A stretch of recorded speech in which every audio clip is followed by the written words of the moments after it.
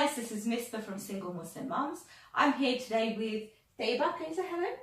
Hello. And Danielle. Danielle, I think you have to come this way a little bit. I don't think everyone can see you. They can't see your gorgeous face. How about me? I can't see my face. No, they can't. Can you just come and say hello?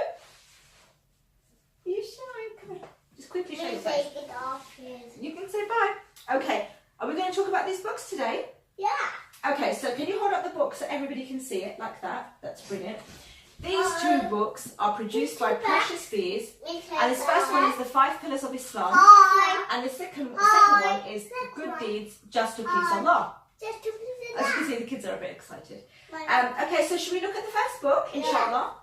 They really, really loved this book. The first time we got them, they wouldn't let go of them, and they were actually fighting over them.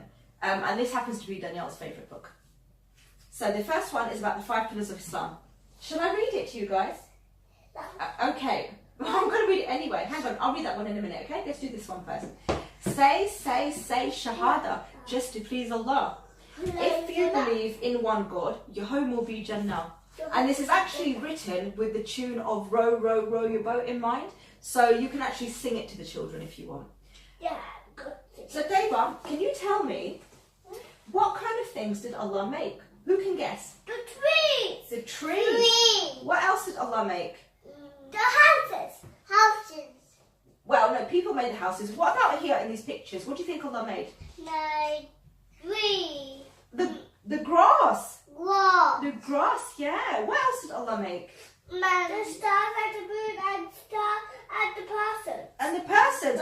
And the other day you told me something amazing that Allah made. You said Allah made the Trees.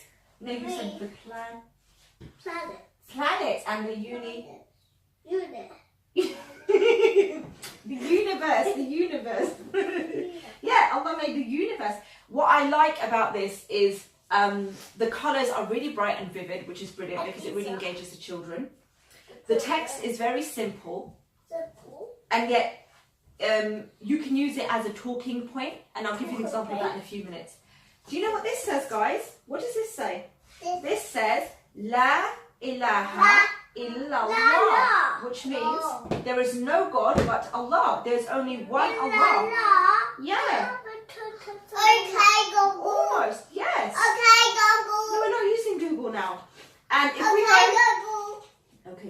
if we go through the book, you can see that we talk about the 5 different pillars of Islam. So we've got the Shahada, we've got Salah. Danielle, what's the next pillar? What's this one? What are they doing in this picture, Danielle? Can you tell me? What's this on the table? Can you move? What is this on the table? And food. It's food. So it's fasting. It's fasting. And one thing I wanted to mention about this, if you guys sit down a minute, what I really like about this book is it's got children of all different ethnicities. And not only are they diverse characters, they're also wearing their cultural clothes. So it's not just like they're all wearing Western clothes. You want tea? I want a cup of tea too. The next pillar we're talking about is zakah. Then you asked a question. You asked a question about these people before.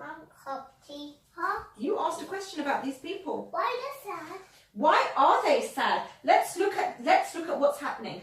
Here the sun is shining. Look, here it's nice and sunny, and here it's all dark. And look at the building. It looks like it's broken. And here they're all happy. And what's that she's got? What do you think she's got here? Okay. And what's he got? What's he got, Danielle? Teddy bear. And here, what toys do they have here? Where should you go? What toys do they have here? Huh? What toys do they have here? Boxes. They don't have any toys. They don't have any toys.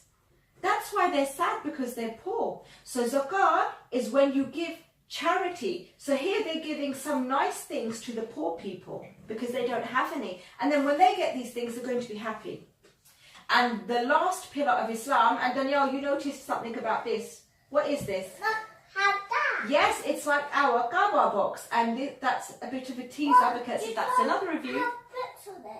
That's okay if it's got bricks on it. So the last one is about Hajj. And at the end, we've got these little flaps that correspond to the 5 pillars. And so you've got this salah mat here, and if you lift it up, it says that this one is to do with salah. Okay, so that's the first book. Can I have the other book? Yeah. Okay, so this next book is about good deeds just to please Allah. Now, who thinks they're a good Muslim here? Put your hand up if you think you're a good Muslim. Yeah. Oh.